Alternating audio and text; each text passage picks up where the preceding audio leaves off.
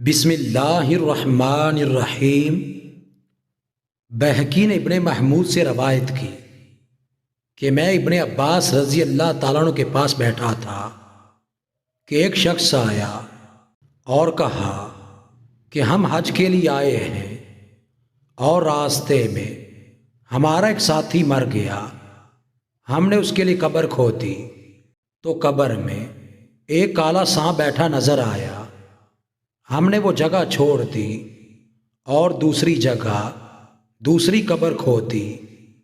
کیا دیکھا کہ اس قبر میں بھی وہی سانپ بیٹھا نظر آیا۔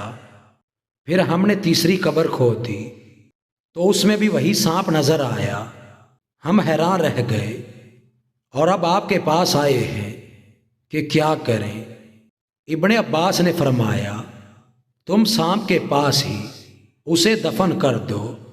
خدا کی قسم اگر تم ساری زمین بھی اس کے لیے کھود دو گے تو یہ سانپ تمہیں ضرور نظر آئے گا۔